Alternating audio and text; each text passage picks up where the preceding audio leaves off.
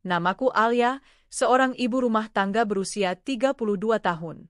Hidupku selama ini kujalani dengan penuh kesabaran, karena bagaimanapun juga, aku percaya bahwa keluarga adalah segalanya. Aku menikah dengan Raka, lelaki yang dulu kukira adalah belahan jiwa yang dikirim Tuhan untuk menemaniku seumur hidup. Saat pertama kali bertemu dengannya, aku masih seorang karyawan biasa di sebuah perusahaan distributor. Raka adalah seorang supervisor di tempat yang sama, tampan, cerdas, dan memiliki wibawa yang membuat banyak wanita melirik. Entah bagaimana, di antara semua wanita yang mengaguminya, dia memilihku. Perempuan sederhana yang saat itu masih sibuk membantu orang tua membiayai adik-adikku sekolah. Pernikahan kami cukup sederhana, tapi penuh cinta. Awalnya aku merasa sangat beruntung.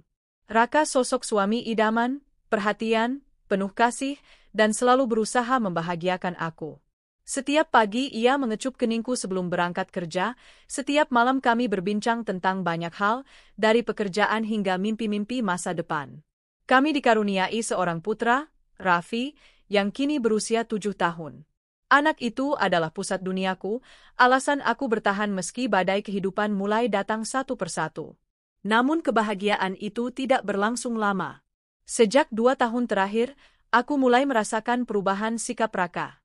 Ia sering pulang larut malam, bahkan kadang baru tiba menjelang subuh. Katanya, pekerjaan di kantor sedang menumpuk karena perusahaan sedang mengalami masalah finansial. Aku percaya begitu saja, karena selama ini aku mengenalnya sebagai pria yang bertanggung jawab. Tetapi lama-kelamaan, alasan lembur itu terasa janggal. Hampir setiap hari ia pulang larut, dan tubuhnya selalu beraroma parfum yang tidak kukenal. Bukan aroma kolon biasa yang ia pakai, melainkan wangi manis yang lebih cocok dipakai seorang wanita. Mas, kenapa belakangan ini sering sekali pulang malam? Raffi sering tanya, katanya kangen main sama ayahnya, tanyaku suatu malam sambil menyiapkan makan malam yang akhirnya hanya kusantap bersama anakku. Kerjaan kantor lagi banyak, Lee. Kamu nggak ngerti sih kondisi sekarang. Perusahaan hampir bangkrut, jadi semua karyawan harus kerja ekstra. Aku ini kerja banting tulang demi kalian, malah ditanya terus. Bisa nggak kamu lebih pengertian sedikit? Jawabnya dengan nada tinggi. Aku terdiam. Rasanya hatiku perih mendengar kata-katanya. Bukankah seharusnya kami adalah satu tim? Seharusnya aku boleh bertanya, seharusnya aku boleh tahu apa yang terjadi. Tapi Raka semakin sulit diajak bicara. Selain sering pulang malam, Raka juga jarang memberi uang belanja. Alasannya selalu sama, kantor sedang pilot. Untuk sementara, kamu hemat dulu ya, Lee. Aku cuma bisa kasih segini. Gaji dipotong banyak karena perusahaan rugi, katanya suatu hari sambil menyerahkan selembar uang ratusan ribu. Aku hanya bisa mengangguk, meski dalam hati menjerit. Uang itu jelas tidak cukup untuk kebutuhan sebulan. Aku terpaksa mengencangkan ikat pinggang, menekan semua pengeluaran, bahkan sesekali harus meminjam pada ibuku yang sebenarnya juga hidup pas-pasan. Namun anehnya, meski katanya perusahaan rugi, aku masih melihat Raka bisa membeli sepatu baru, jam tangan mewah, bahkan ponsel keluaran terbaru. Saat kutanya, ia berkata semua itu hadiah dari kantor. Aku menelan mentah-mentah penjelasannya, mencoba menyingkirkan rasa curiga demi menjaga keharmonisan rumah tangga. Hari-hari kujalani dengan kesibukan sebagai ibu rumah tangga. Mengurus rumah, memasak, dan tentu saja merawat Raffi. Anak itu tumbuh sehat dan ceria, meski sesekali bertanya mengapa ayahnya jarang ada di rumah. Mama, ayah kenapa nggak pernah nemenin Raffi main lagi? Raffi kan udah bisa main bola sekarang, ucapnya polos suatu sore. Aku tersenyum getir, lalu memeluknya erat. Ayah sibuk kerja, sayang. Biar Raffi bisa sekolah tinggi nanti. Doain ayah sehat terus ya. Jawaban yang kuucapkan terasa hambar di hatiku sendiri. Aku tahu, anak sekecil itu sebenarnya butuh kehadiran, bukan sekadar alasan. Tapi aku tidak punya pilihan lain selain menutupi kekurangan suamiku. Malam-malamku terasa hampa. Aku tidur sendirian di ranjang yang dulu menjadi saksi cinta kami. Selimut yang dingin terasa semakin dingin tanpa pelukan Raka. Aku merindukan sosok suami yang dulu hangat, yang selalu memelukku setiap kali aku merasa letih. Kini, yang tersisa hanyalah bayangan. Aku mencoba terus berpikir positif. Barangkali memang benar Raka sedang berjuang keras di kantor. Barangkali dia terlalu lelah hingga tidak sempat memikirkan keluarganya. Namun, tanda-tanda mencurigakan semakin jelas. Suatu malam, aku sedang merapikan lemari pakaiannya. Di saku celana kerjanya, aku menemukan struk belanja dari sebuah butik terkenal. Tertulis pembelian gaun wanita seharga jutaan rupiah. Hatiku berdegup kencang. Siapa yang dibelikannya? Aku? Tentu tidak. Sudah lama sekali ia tidak pernah memberiku hadiah, bahkan untuk ulang tahunku. Tanganku bergetar ketika kusimpan kembali struk itu. Malam itu aku menunggunya pulang. Saat ia tiba, aku memberanikan diri bertanya. Mas, aku nemu struk belanja di celana kerja. Kamu beli gaun buat siapa? Tanyaku hati-hati. Ekspresi wajahnya berubah seketika. Ia menatapku tajam, lalu mendengus kesal. Kamu ini kenapa sih, Li? Udah capek kerja seharian, masih juga diinterogasi. Itu buat hadiah ulang tahun atasan di kantor. Kamu jangan suka mikir yang enggak-enggak, bentaknya. Aku terdiam lagi. Seperti biasa, ia selalu punya jawaban untuk menutupi setiap kecurigaan. Aku tidak tahu apakah harus percaya atau tidak. Semakin hari, jarak di antara kami semakin terasa. Aku mulai terbiasa makan tanpa Raka, tidur tanpa ditemani, bahkan melewati hari-hari tanpa kabar darinya. Kadang aku bertanya dalam hati, apakah aku masih istri baginya? Atau aku hanya sekadar penjaga rumah dan ibu bagi anaknya? Setiap kali rasa rindu mengesahkan dada, aku menatap wajah Raffi yang terlelap di pelukanku. Anak itu adalah alasan aku bertahan. Aku tidak ingin ia tumbuh tanpa keluarga utuh. Tapi di balik kesabaran itu, hatiku menyimpan luka yang semakin dalam. Luka yang suatu saat pasti akan membawaku pada keputusan besar. Aku tidak tahu, saat itu aku masih berusaha menutup mata dari kenyataan. Aku tidak ingin percaya bahwa suamiku, lelaki yang dulu kucintai setulus hati, mungkin sedang menyembunyikan sesuatu yang kelak akan menghancurkan seluruh hidupku.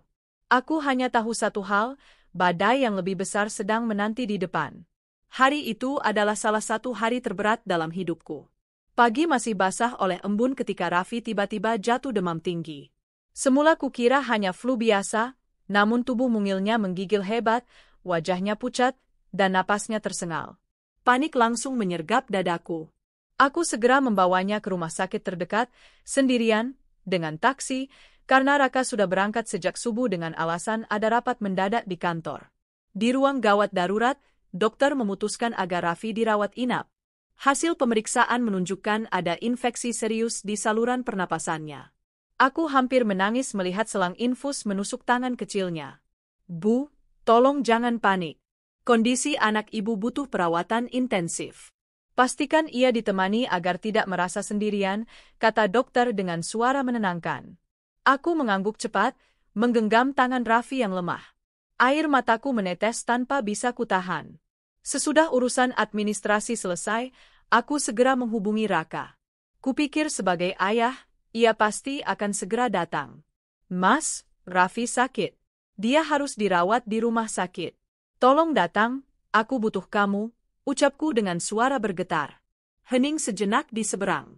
Lalu terdengar helaan napas berat. Li, kamu tahu nggak sekarang aku lagi sibuk banget? Aku ada meeting penting sama klien. Kamu jangan manja deh.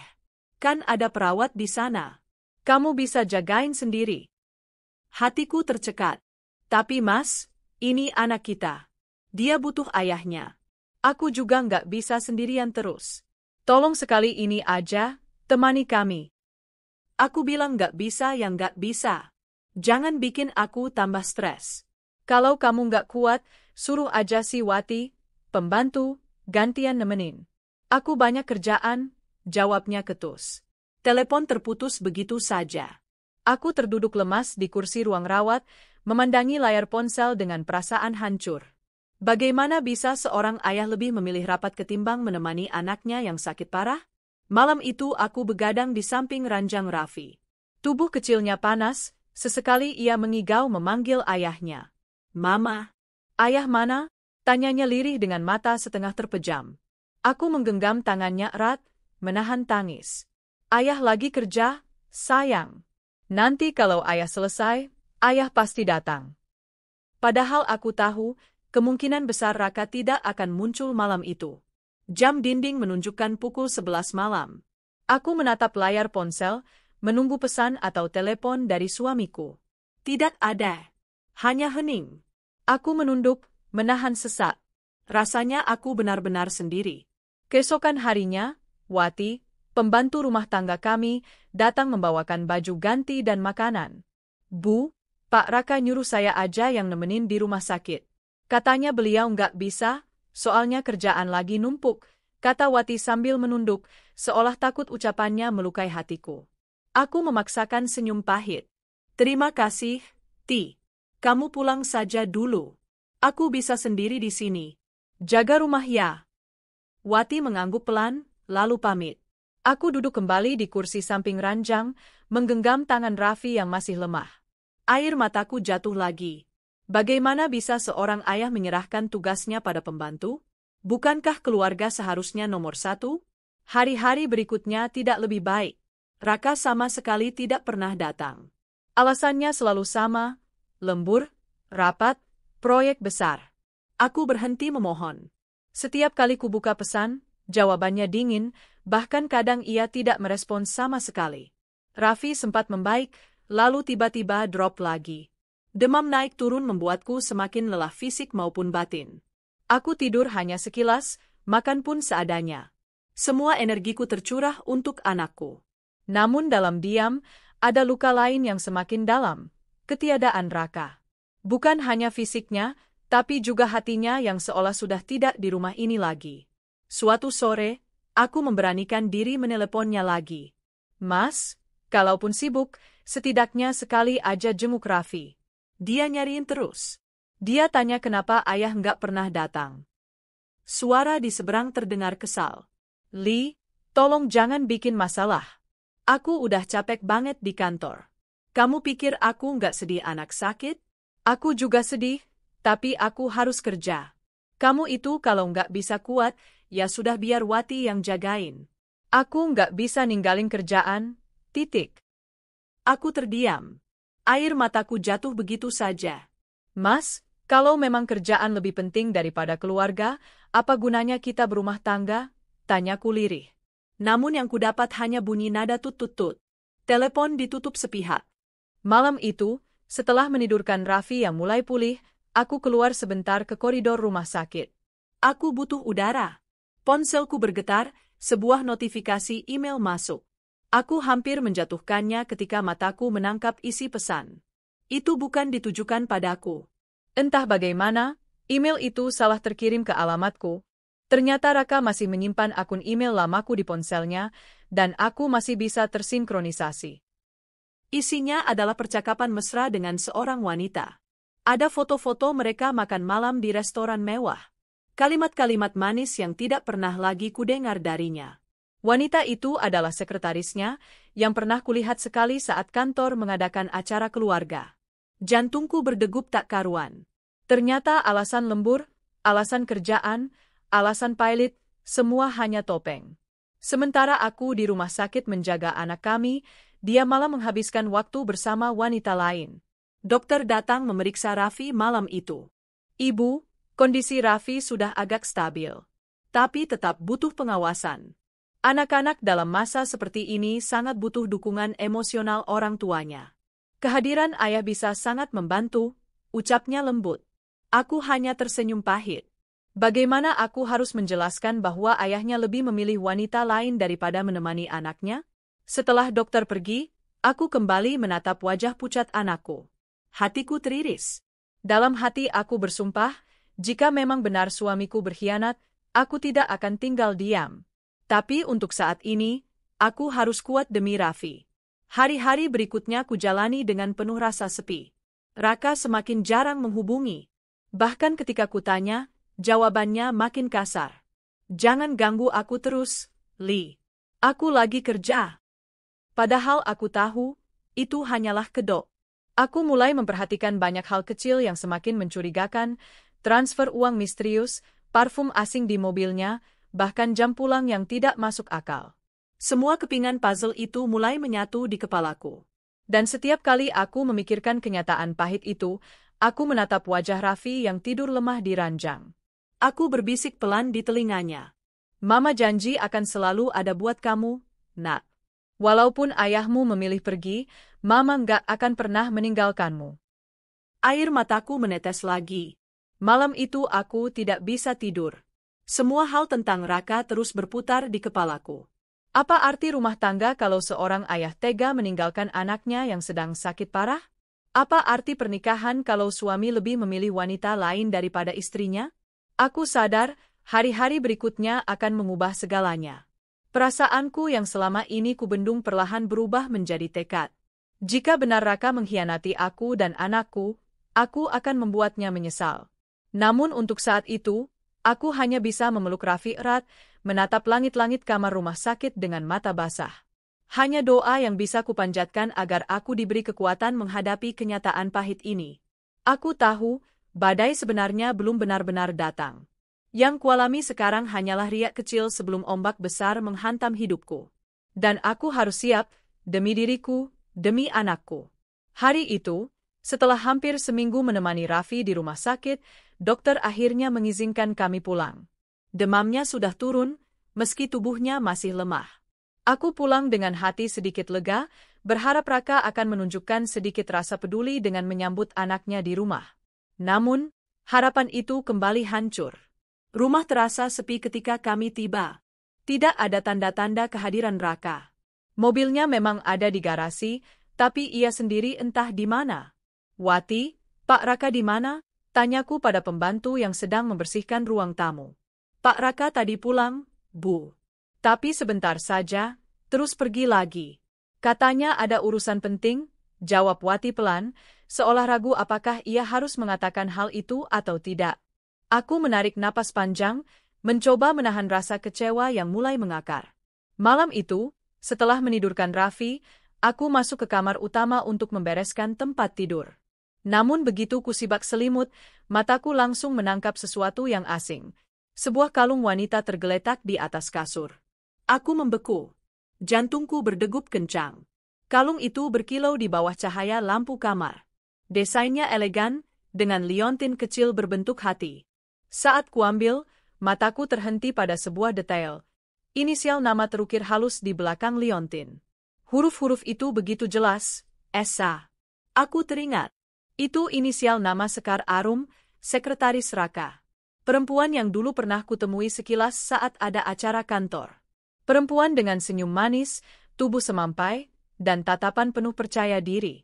Tanganku bergetar. Rasa panas menjalar di dadaku. Jadi benar, selama ini Raka membawa wanita itu ke rumahku. Bahkan, ke kamarku. Tempat sakral yang seharusnya hanya milik kami berdua. Aku terduduk di tepi ranjang, memegang kalung itu erat-erat. Air mataku menetes tanpa bisa kubendung.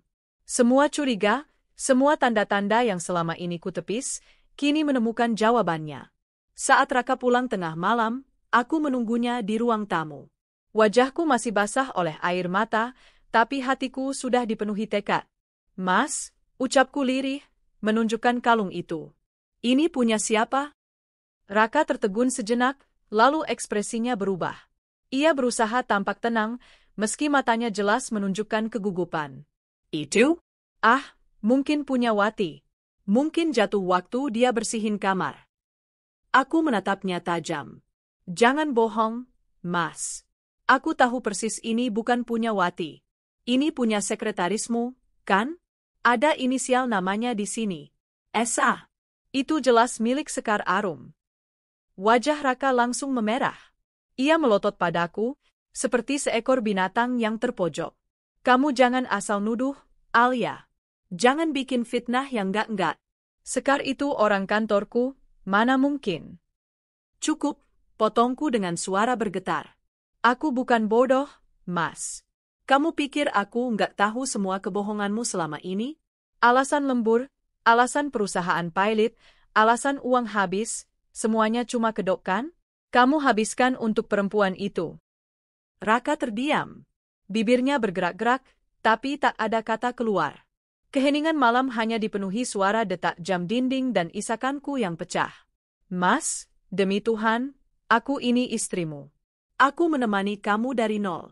Aku sabar walau kamu jarang pulang, walau aku harus mengencangkan ikat pinggang, walau aku harus menjaga anak kita sendirian. Tapi kenapa balasannya begini? Kamu tega bawa perempuan itu ke rumah kita, ke kamar kita, saat anakmu sakit di rumah sakit. Raka akhirnya membalas dengan nada tinggi. Kamu itu nggak pernah ngerti. Aku jenuh, Lee. Hidup sama kamu itu membosankan. Kamu cuma tahu ngurus rumah, ngurus anak. Aku butuh seseorang yang bisa bikin aku semangat lagi. Sekar itu, dia beda. Aku menatapnya dengan mata membelalak. Kata-katanya menusuk jantungku. Jadi begitu? Semua pengorbananku nggak ada artinya? Aku ini cuma istri yang membosankan bagimu. Raka mengalihkan pandangan. Aku nggak bisa munafik. Aku sayang sama Sekar. Dia bikin aku hidup lagi. Dan kalau kamu terus-terusan nyalahin aku bisa pilih dia. Seakan dunia runtuh di hadapanku. Aku terduduk lemas, tubuhku bergetar hebat. Semalaman aku menangis tanpa henti. Raka masuk ke kamar tamu dan tidur di sana, meninggalkanku sendirian bersama kalung itu. Aku memandang foto keluarga di meja samping ranjang. Foto ketika Raffi masih bayi, kami bertiga tersenyum bahagia. Apakah itu semua hanya kepalsuan? Apakah cintanya padaku memang sudah lama mati? Aku teringat malam-malam di rumah sakit saat aku menahan kantuk demi menemani anak kami. Sementara dia, di sini, di rumah, tidur dengan perempuan lain di ranjang kami. Luka itu terlalu dalam untuk bisa termaafkan. Hari-hari berikutnya, aku mulai mengawasi lebih cermat. Aku tidak lagi menutup mata.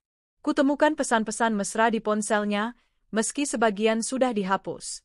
Ada bukti transfer ke rekening Sekar dalam jumlah besar, dengan keterangan, pinjaman pribadi. Aku bahkan menemukan brosur apartemen di tas kerjanya, dengan catatan tangan, untuk Sekar supaya lebih mudah bertemu. Setiap bukti menambah robekan di hatiku.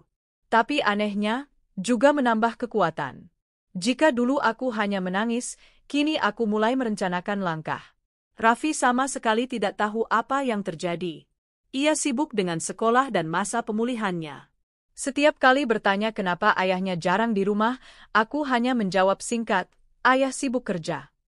Tapi dalam hati, aku merasa bersalah. Haruskah aku terus menutupi kenyataan? Atau kelak Raffi harus tahu bahwa ayahnya lebih memilih perempuan lain daripada dirinya? Kadang, saat aku melihat senyum polosnya, hatiku terasa makin hancur. Raffi tidak pantas menerima semua ini. Ia berhak punya keluarga yang utuh. Tapi suamiku sendiri yang menghancurkannya. Suatu malam, setelah memastikan Raffi tidur, aku duduk sendirian di ruang tamu. Kalung itu masih kusimpan di dalam laci meja. Aku menatapnya lama, lalu menggenggam erat. Sekar Arum, kamu sudah masuk ke rumahku, merebut suamiku, merusak keluargaku. Kamu pikir aku akan diam? Tidak.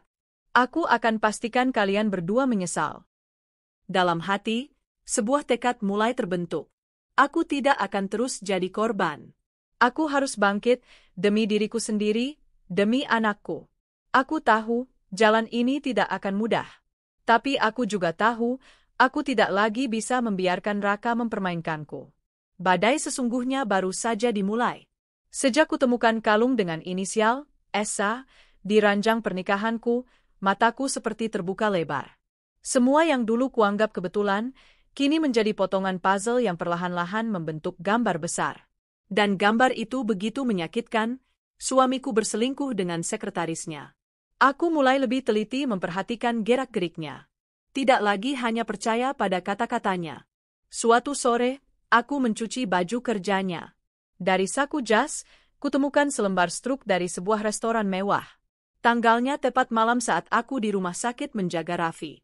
Struk itu menunjukkan 2 menu utama, 2 dessert, dan sebotol wine mahal. Tanganku gemetar saat membacanya. 2 orang. Bukan rapat, bukan makan bersama klien. Itu makan malam romantis. Aku menyimpannya dalam map bersama kalung yang kutemukan. Beberapa hari kemudian, di meja kerja Raka, aku menemukan sebuah amplop kecil berisi brosur apartemen. Di salah satu halaman ada coretan tulisan tangannya. Dekat kantor bagus untuk Sekar.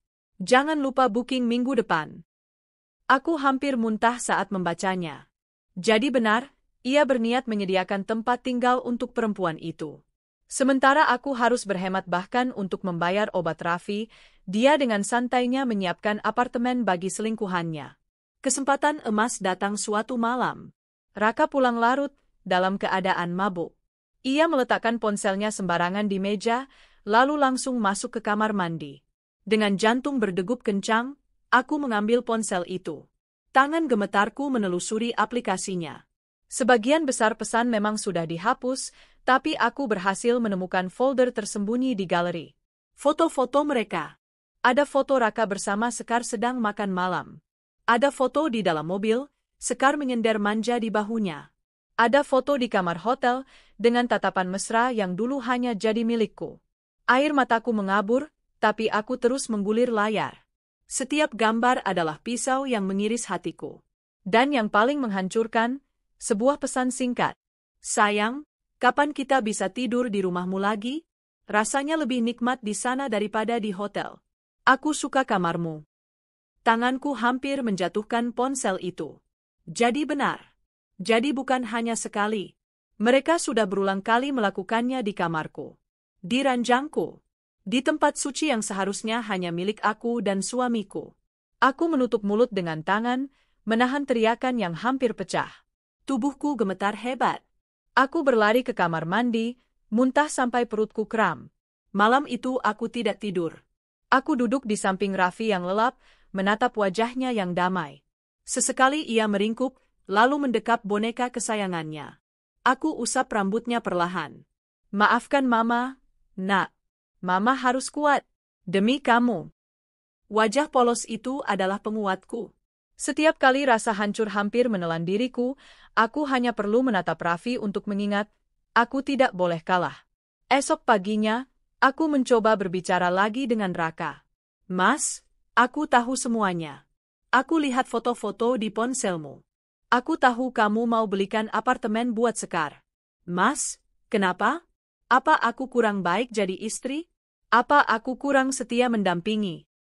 Raka menatapku lama, lalu menghela napas panjang. Li, aku capek dengar pertanyaanmu. Aku memang sayang sama Sekar. Dia bikin aku bahagia. Kamu terlalu banyak menuntut. Selalu minta aku di rumah, selalu mengeluh. Aku butuh ruang bernapas. Aku tersenyum pahit, meski air mata menetes deras.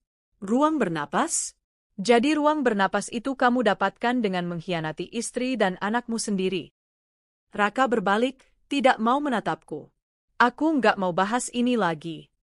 Ia melangkah pergi, meninggalkanku dengan hati yang remuk.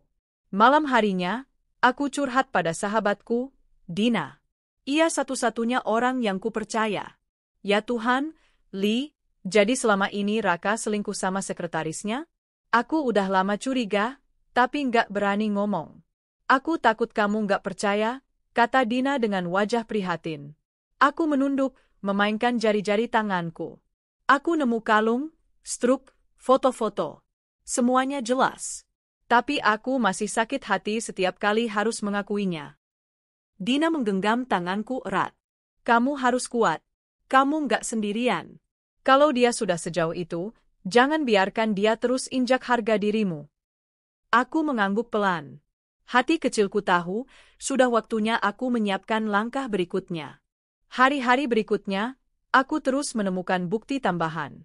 Transfer uang berkala ke rekening Sekar, tiket liburan ke Bali yang mereka pesan diam-diam, hingga catatan kecil di agenda kerja Raka bertuliskan, dinner Sekar jangan lupa bunga. Semua itu kusimpan rapi. Aku tahu, suatu hari nanti aku akan membutuhkannya. Kini tidak ada lagi ruang ragu. Semua sudah jelas. Suamiku tidak hanya berselingkuh, tapi juga dengan kejam mengorbankan keluarga demi wanita lain. Dan puncaknya, ia lebih memilih bermesraan di kamarku ketimbang menemani anaknya yang sakit di rumah sakit. Itu adalah dosa yang tidak bisa dihapus dengan kata maaf. Malam itu aku berdiri di depan cermin, menatap wajahku sendiri. Mata sembab, wajah pucat, bibir bergetar. Tapi di balik semua luka itu, ada api kecil yang mulai membesar. Alia, kamu bukan wanita lemah. Kamu sudah bertahan sejauh ini. Tapi sekarang saatnya bangkit.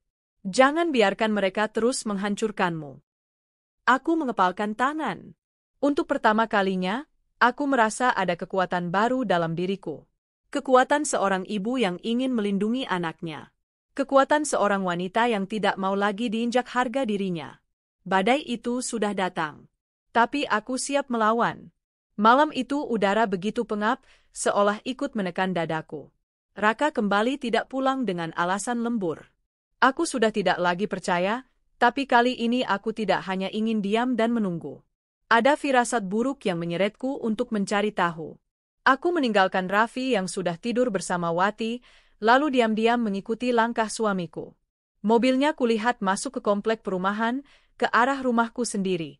Hatiku berdegup kencang. Kenapa ia pulang tapi tidak memberi kabar? Dengan langkah pelan, aku masuk lewat pintu belakang. Suasana rumah tampak sepi, lampu kamar utama redup menyala. Saat itu aku mendengar suara tawa lirih seorang wanita dari dalam kamarku. Darahku mendidih. Aku mendekat, lalu membuka pintu perlahan. Dan di sanalah kulihat pemandangan yang menghancurkan seluruh jiwaku. Raka dan Sekar sedang berbaring di ranjangku, saling berpelukan mesra. Kakiku lemas, tubuhku bergetar hebat. Mas, astagfirullah, apa yang kalian lakukan? Keduanya terlonjak kaget. Sekar buru-buru menutup tubuhnya dengan selimut, wajahnya pucat pasi. Raka bangkit, wajahnya panik tapi segera berubah jadi marah. Alia, kamu ngapain di sini? Aku menatapnya dengan mata penuh air mata. Ngapain? Ini rumahku. Ini kamarku.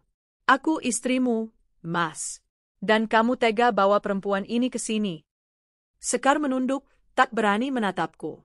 Tapi Raka, dengan wajah keras, justru balas menantang. Sudahlah, Li. Aku capek dengan sikapmu. Kamu selalu curiga, selalu mengekang aku. Aku butuh bahagia, dan Sekar kasih itu ke aku. Air mataku jatuh deras. Aku melangkah mendekat, menunjuk Sekar yang bersembunyi di balik selimut. Bahagia? Bahagia dengan cara menghancurkan rumah tangga? Bahagia dengan cara menginjak harga diri istrimu sendiri? Mas, aku di rumah sakit menjaga anakmu yang sakit, sementara kamu di sini, tidur dengan perempuan lain. Suara Raka meninggi. Kamu jangan bawa-bawa Raffi. Aku juga peduli sama dia, tapi aku nggak bisa terus-terusan terikat sama tanggung jawab itu. Aku butuh ruang. Aku butuh cinta yang baru. Aku menatapnya tak percaya. Cinta baru? Jadi selama ini aku apa buatmu? Boneka tua yang bisa kamu buang seenaknya. Raka mengalihkan pandangan, tapi ucapannya semakin melukai. Li, aku nggak munafik. Aku lebih memilih Sekar daripada kamu. Kata-kata itu menghantamku seperti palu. Aku terhuyung, tapi segera berdiri tegak. Aku mengusap air mataku dengan punggung tangan. Baik, kalau begitu jelas sudah. Kamu pilih dia daripada aku dan anakmu. Aku tidak akan memohon lagi. Sekar akhirnya bersuara, dengan nada lembut tapi menusuk. Maaf, Bu, tapi saya dan Pak Raka saling mencintai. Kami nggak bisa membohongi hati kami. Aku menatapnya tajam, tatapan yang bahkan membuatnya menunduk kembali. Kamu, masuk ke rumahku, tidur di ranjangku, merebut suamiku, lalu bicara tentang cinta? Tidak ada yang lebih hina dari itu. Raka melangkah mendekat, wajahnya merah padam. Cukup, Alia. Jangan hina dia. Kalau kamu nggak terima, itu masalahmu. Aku tetap pilih dia. Aku menarik napas panjang, mencoba menahan tubuhku yang hampir goyah. Baik, Mas. Mulai detik ini, anggap saja rumah tangga kita selesai. Aku minta cerai. Raka terdiam sejenak, seolah kaget mendengar ketegasanku. Namun kemudian ia justru tersenyum sinis. Cerai? Silakan. Aku malah lega kalau kamu yang minta duluan. Aku bisa hidup tenang dengan Sekar tanpa drama dari kamu. Dadaku sesak, tapi aku menegakkan tubuh. Jangan khawatir. Aku tidak akan mengemis. Tapi ingat, Mas, suatu hari kamu akan menyesal. Sangat menyesal. Tanpa menunggu jawaban, aku berbalik meninggalkan kamar itu. Langkahku gemetar, tapi hatiku bulat. Aku tidak akan pernah kembali pada pria yang tega mengkhianati anak dan istrinya. Aku masuk ke kamar Raffi, mendekapnya erat. Anak itu tidur pulas, tak tahu apa-apa.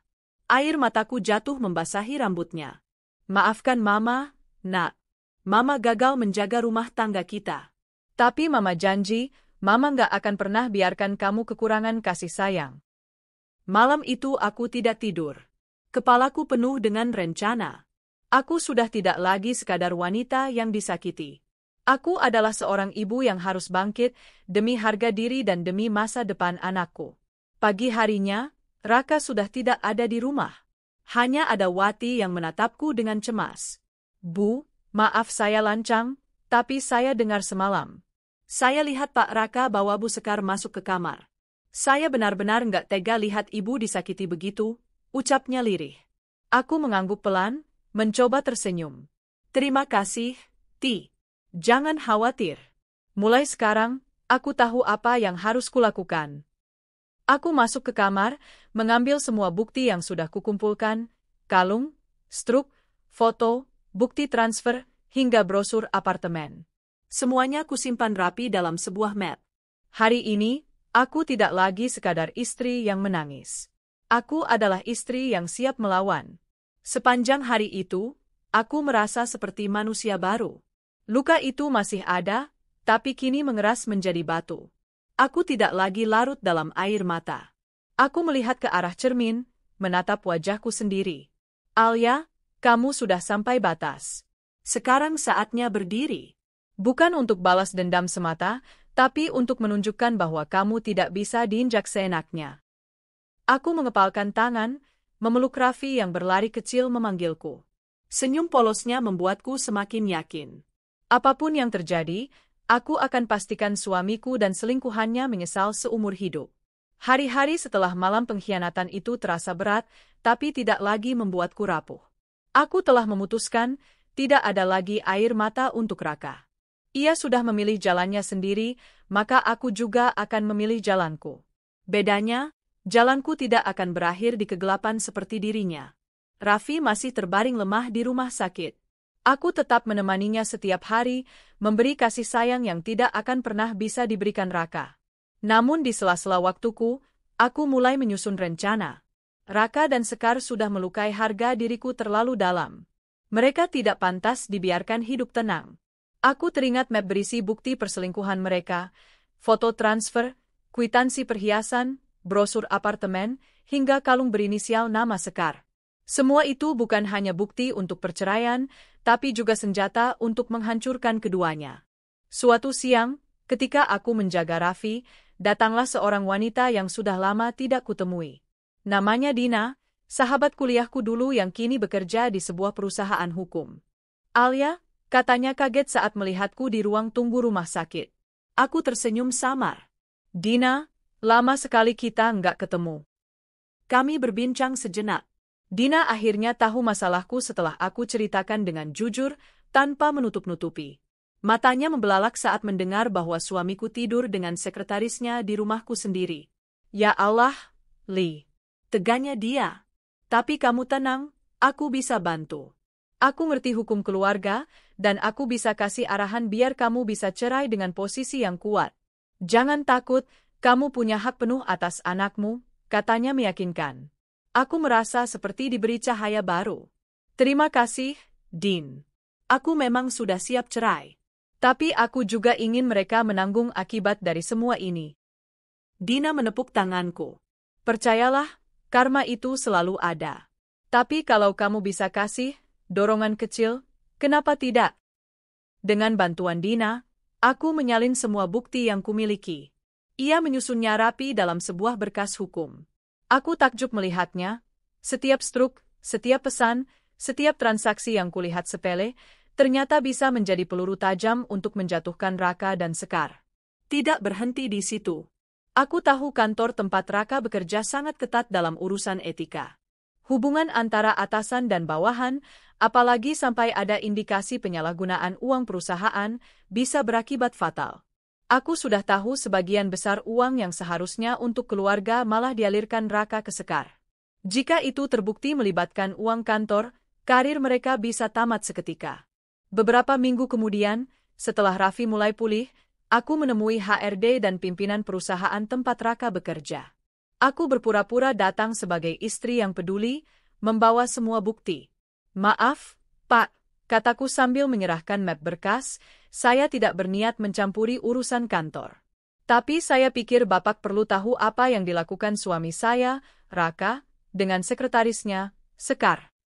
Para pimpinan itu tampak terkejut. Mereka membuka berkas demi berkas, membaca isi chat mesra, melihat bukti transfer, bahkan brosur apartemen yang hendak dibelikan. Wajah mereka semakin kelam. Salah satu dari mereka menghela napas panjang. Ibu Alia, terima kasih sudah jujur. Kami memang mencurigai ada penyalahgunaan dana, tapi tidak menyangka separah ini. Percayalah, kami akan tindak lanjuti. Aku menunduk sopan, tapi dalam hati api kecil kepuasan mulai menyala. Akhirnya, kebenaran akan segera menampakkan diri. Tak butuh waktu lama. Seminggu kemudian, berita itu meledak. Raka dan Sekar dipanggil ke kantor pusat. Di depan Dewan Pimpinan, mereka diinterogasi habis-habisan. Semua bukti sudah ada di tangan manajemen, dan mereka tidak bisa lagi mengelak. Sekar menangis, mencoba membela diri. Raka mencoba marah-marah, menuduh aku sengaja menjebaknya. Tapi semua sia-sia. Keputusan pun diumumkan, Raka dan Sekar dipecat tidak hormat. Bukan hanya itu, reputasi mereka hancur di kalangan rekan kerja. Kabar perselingkuhan bos dengan sekretarisnya menyebar cepat, menjadi bahan bisik-bisik yang memalukan. Ketika kabar itu sampai padaku, aku hanya tersenyum pahit. Itu baru permulaan, gumamku. Raka mencoba mendatangiku setelah dipecat. Ia datang dengan wajah lusuh, berbeda jauh dari pria angkuh yang dulu menatapku sinis. Alia, tolong, aku butuh bantuanmu. Aku nggak punya kerjaan lagi. Sekar juga kena dampaknya. Aku nyesel. Aku menatapnya dingin. Nyesei? Kamu nyesel karena ketahuan atau karena kehilangan segalanya? Kalau kamu benar-benar menyesal, seharusnya kamu nggak tega ninggalin anakmu saat dia sakit, hanya demi tidur dengan perempuan lain. Raka terdiam, matanya merah. Aku melanjutkan dengan suara tenang namun menusuk. Maaf, Mas. Kamu sudah buat pilihanmu sendiri. Sekarang aku juga sudah buat pilihanku, hidup tanpa kamu. Aku menutup pintu di depannya, meninggalkan dia yang berdiri terpuruk. Ada sedikit rasa iba, tapi jauh lebih besar rasa lega. Aku akhirnya bebas dari bayangan suami yang dulu kucintai tapi tega menusukku dari belakang. Kabar lain datang tak lama kemudian. Sekar ditinggalkan keluarganya sendiri karena malu. Ia dianggap membawa aib. Beberapa teman dekatnya menjauh, takut ikut tercoreng.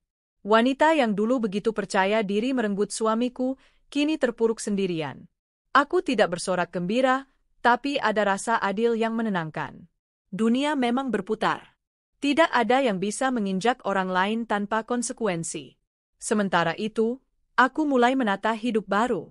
Aku kembali bekerja dengan membuka usaha kecil bersama Dina. Usaha itu ternyata berkembang pesat karena aku serius dan bekerja keras. Raffi juga mulai pulih total, tumbuh semakin kuat dan ceria.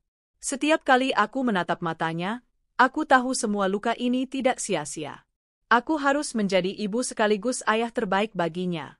Dan di tengah proses bangkit itulah, aku berkenalan lebih dekat dengan sosok yang tak kusangka, Pak Arman, bos besar di kantor tempat Raka dulu bekerja.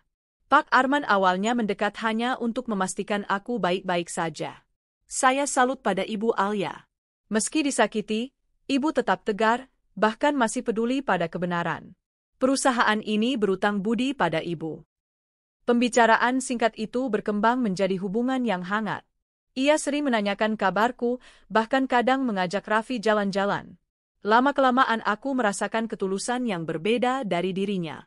Aku tidak buru-buru membuka hati, tapi aku tahu, mungkin inilah awal dari kehidupan baru yang jauh lebih baik. Balasanku pada Raka dan Sekar bukan sekadar melampiaskan dendam. Itu adalah pembuktian bahwa seorang wanita yang disakiti tidak selalu jatuh, justru bisa bangkit lebih kuat. Kini, aku menatap masa depan dengan kepala tegak. Aku tahu, jalan masih panjang, tapi aku sudah tidak takut lagi. Karena aku percaya, Tuhan selalu punya rencana indah setelah badai. Hari-hari setelah perpisahan dengan Raka terasa asing. Ada ruang kosong yang dulu diisi pertengkaran, kemarahan, dan air mata. Anehnya, meski sepi, rumahku terasa lebih tenang. Tidak ada lagi aroma parfum wanita lain di kamarku. Tidak ada lagi alasan lembur yang menyesakkan dada. Raffi pun tampak lebih ceria. Seakan ia mengerti, meski masih kecil, bahwa rumah ini akhirnya bebas dari ketegangan. Aku sering mendapati senyum polosnya saat bangun pagi. Senyum itu menjadi sumber energiku untuk bangkit. Aku sadar, masa laluku bukan untuk dilupakan, tapi untuk kujadikan pelajaran. Luka itu sudah terlalu dalam, tapi kini bukan lagi beban. Ia telah berubah menjadi kekuatan. Aku mulai sibuk dengan usahaku. Berkat bantuan Dina, aku merintis bisnis catering kecil-kecilan. Awalnya hanya melayani pesanan tetangga, tapi lambat laun, kabar tentang masakan rumah khas buatanku menyebar. Bu Alia, nasi kotaknya enak sekali. Minggu depan bisa pesan 100 box untuk acara pengajian, kata seorang pelanggan. Aku tersenyum. Insya Allah bisa, Bu. Terima kasih sudah percaya. Setiap kali menata bungkusan, aku selalu berkata dalam hati, inilah hasil dari tanganku sendiri. Aku bisa berdiri tanpa Raka. Raffi sering membantu, meski hanya dengan cara kecil. Ia suka menempelkan stiker logo cateringku di kotak-kotak nasi. Biar makin cantik, Bunda, katanya dengan senyum bangga. Aku tersenyum haru. Anak kecil itu sudah menjadi bagian besar dalam perjuanganku. Di tengah kesibukan, ada satu sosok yang perlahan masuk ke kehidupanku, Pak Arman. Ia memang sudah lama ku tahu, bos besar di kantor Raka dulu. Sejak kasus perselingkuhan itu terbongkar, ia beberapa kali menghubungiku, sekadar menanyakan kabar. Awalnya aku canggung. Tapi seiring waktu, aku merasakan ketulusan yang sulit kutolak. Alia, saya tahu kamu sudah banyak terluka. Tapi percayalah, orang yang benar-benar menghargai wanita tidak akan pernah memperlakukanmu seperti itu, katanya suatu sore saat kami duduk di kafe rumah sakit, menemani Raffi kontrol kesehatan. Aku terdiam. Kata-kata itu menusuk, tapi bukan dengan luka. Justru ada rasa nyaman yang muncul. Sejak hari itu, Arman lebih sering hadir. Kadang mengantar bahan-bahan untuk cateringku, kadang sekadar menemani Raffi bermain. Suatu sore, Raffi mendekati Arman yang sedang duduk di ruang tamu. Anak itu tanpa canggung duduk di pangkuannya. Om Arman, kalau Om jadi ayahku, boleh nggak? Tanyanya polos. Aku yang sedang di dapur terkejut mendengarnya. Wajahku panas, antara malu dan bingung. Arman hanya tersenyum lembut, menatapku sejenak sebelum menjawab Raffi. Kalau bundamu setuju, Om akan sangat senang jadi ayahmu. Hatiku bergetar. Kalimat sederhana itu menumbuhkan sesuatu yang sudah lama kutekan, harapan untuk kembali dicintai, kali ini dengan cara yang benar. Hubunganku dengan Arman berkembang secara alami. Tidak ada paksaan, tidak ada kebohongan. Ia selalu terbuka, menghargai, dan sabar menghadapi ketakutanku untuk membuka hati. Alia, kamu nggak perlu buru-buru. Saya akan tetap di sini, menunggu. Karena saya tahu, kamu pantas dicintai dengan sepenuh hati, katanya suatu kali. Aku menatapnya lama. Dalam hatiku, ada perbandingan yang tak bisa kuhindari. Wajah dingin Raka yang selalu penuh amarah, dengan tatapan Arman yang hangat penuh ketulusan. Perbedaan itu seperti siang dan malam. Akhirnya, aku sadar, mungkin Tuhan memang menutup satu pintu dengan keras agar aku bisa menemukan pintu lain yang lebih indah. Setelah hampir setahun saling mengenal, Arman akhirnya melamarku. Alia, izinkan saya bukan hanya mencintaimu, tapi juga membesarkan Raffi bersama-sama. Saya ingin kalian berdua jadi bagian hidup saya, ucapnya dengan penuh kesungguhan. Air mataku mengalir, tapi kali ini bukan air mata luka. Ya, Arman. Aku terima. Pernikahan kami sederhana, hanya dihadiri keluarga dekat dan sahabat. Namun suasananya hangat dan penuh doa. Dina berdiri di sampingku sebagai saksi, tersenyum lebar. Li, akhirnya kamu dapat yang terbaik. Kamu pantas bahagia, bisiknya. Raffi tampak paling bahagia. Ia berlarian di aula kecil tempat resepsi digelar, mengenakan jas mungil. Bunda, Ayah Arman sekarang ayahku juga, ya? Tanyanya. Aku mengangguk sambil memeluknya erat. Iya, Nak. Sekarang kita punya keluarga baru. Setelah menikah, aku pindah bersama Raffi ke rumah Arman. Rumahnya luas dan mewah, tapi yang membuatku nyaman adalah suasananya. Tidak ada teriakan, tidak ada rasa takut, hanya tawa dan kebersamaan. Arman benar-benar menepati janjinya. Ia tidak hanya mencintaiku, tapi juga menyayangi Raffi seperti darah dagingnya sendiri. Ia mengantar sekolah, menemaninya bermain, bahkan membacakan dongeng sebelum tidur. Aku sering terharu melihat kedekatan mereka. Ya Allah, inikah kebahagiaan sejati yang selama ini kucari? Batinku. Kabar tentang kehidupanku bersama Arman ternyata cepat sampai ke telinga Raka.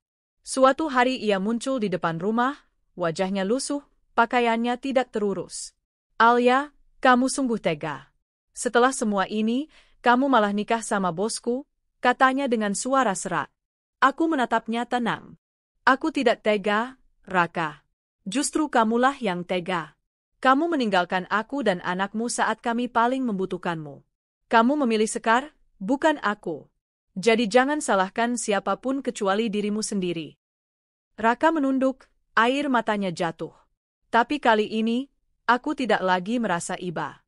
Hatiku sudah mati untuknya. Yang ada hanyalah rasa syukur, karena aku akhirnya bisa melihat jelas siapa dia sebenarnya. Sekar? Aku dengar ia kini hidup terseok-seok, ditinggalkan keluarga, tanpa pekerjaan. Dulu ia tersenyum menang saat merebut suamiku. Kini, senyumnya lenyap, berganti dengan tangisan. Aku tidak menutupi kebahagiaanku. Bukan untuk menyombongkan diri, tapi untuk menunjukkan bahwa hidup tidak berhenti hanya karena dikhianati. Aku sering membagikan foto sederhana di media sosial, makan malam bersama Arman dan Raffi, liburan keluarga, atau sekadar tertawa di ruang tamu. Komentar sahabat-sahabatku penuh doa.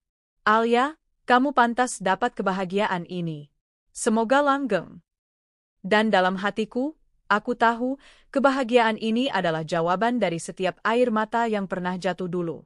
Kini, aku hidup dalam keluarga baru, sederhana, hangat, dan penuh cinta. Tidak ada lagi rasa curiga, tidak ada lagi alasan lembur yang mencurigakan, tidak ada lagi tangisan karena pengkhianatan. Aku belajar bahwa kebahagiaan tidak datang dari bertahan di hubungan yang salah. Kebahagiaan sejati datang ketika kita berani melepaskan yang menyakiti dan membuka hati untuk yang benar-benar menghargai. Di sampingku, Arman menggenggam tanganku erat. Raffi tertawa riang, berlari-lari kecil di halaman rumah. Aku menatap langit sore yang indah, dan untuk pertama kalinya setelah sekian lama, aku bisa berkata dengan mantap, "Ya Allah, terima kasih. Kini aku benar-benar bahagia." Hidup seringkali memberi luka yang dalam, tapi di balik luka itu tersimpan pelajaran yang berharga. Dulu, aku pernah berpikir kebahagiaan berarti bertahan dalam rumah tangga meski dipenuhi air mata. Aku menahan rasa sakit, berharap kesetiaan suamiku akan kembali, berharap pengorbananku dihargai. Namun kenyataannya, pengkhianatan tidak bisa disembuhkan dengan kesabaran yang salah alamat. Hari-hari di rumah sakit bersama Raffi, sementara Raka sibuk bermesraan dengan sekretarisnya, adalah titik terendah hidupku. Saat itu aku benar-benar merasa sendirian, ditinggalkan oleh orang yang seharusnya menjadi sandaran. Aku menangis bukan hanya karena dikhianati, tapi juga karena melihat anakku sakit tanpa ditemani ayahnya. Namun, Tuhan selalu punya rencana. Ketika satu pintu tertutup, pintu lain dibukakan dengan cara yang tidak terduga. Dari luka yang menghancurkan itu, aku belajar arti keteguhan hati. Aku belajar bahwa cinta tidak seharusnya memenjarakan, melainkan membebaskan. Kini, ketika aku menatap masa lalu, aku tidak lagi merasa sakit. Aku hanya merasa berterima kasih. Karena pengkhianatan Raka, aku menemukan keberanian untuk berdiri di kakiku sendiri. Karena penghinaan dan penolakannya, aku belajar menghargai diriku. Karena kepergiannya, aku menemukan Arman, lelaki yang benar-benar menghargai, mencintai, dan menghormatiku sebagai seorang wanita sekaligus ibu. Arman bukan hanya pasangan hidupku, tapi juga sahabat, penopang, dan ayah yang luar biasa untuk Raffi. Setiap kali aku melihat mereka bermain bola di halaman rumah, setiap kali kudengar tawa mereka pecah memenuhi udara, aku sadar, inilah yang kucari selama ini. Sebuah keluarga yang sederhana namun penuh cinta. Sementara itu, kabar tentang Raka dan Sekar sampai juga ke telingaku. Mereka kini hidup dalam penyesalan, jauh dari kehidupan nyaman yang dulu mereka banggakan. Raka kehilangan pekerjaannya, reputasinya hancur, sementara Sekar ditinggalkan bahkan oleh keluarganya sendiri. Aku tidak pernah mendoakan keburukan untuk mereka, tapi aku percaya, hidup selalu mengembalikan apa yang kita tabur. Mereka menabur pengkhianatan, maka panenannya adalah kehancuran. Namun, aku tidak ingin terus menoleh ke belakang. Hidupku kini bukan lagi tentang mereka. Hidupku tentang aku, Raffi, dan Arman. Tentang hari-hari baru yang kami jalani dengan penuh senyum. Tentang usaha cateringku yang semakin berkembang, memberi kebanggaan tersendiri karena aku bisa berdiri di atas keringatku sendiri. Banyak orang berkata, Alia, kamu beruntung bisa menikah dengan bos kaya. Tapi aku tahu, ini bukan sekadar soal harta.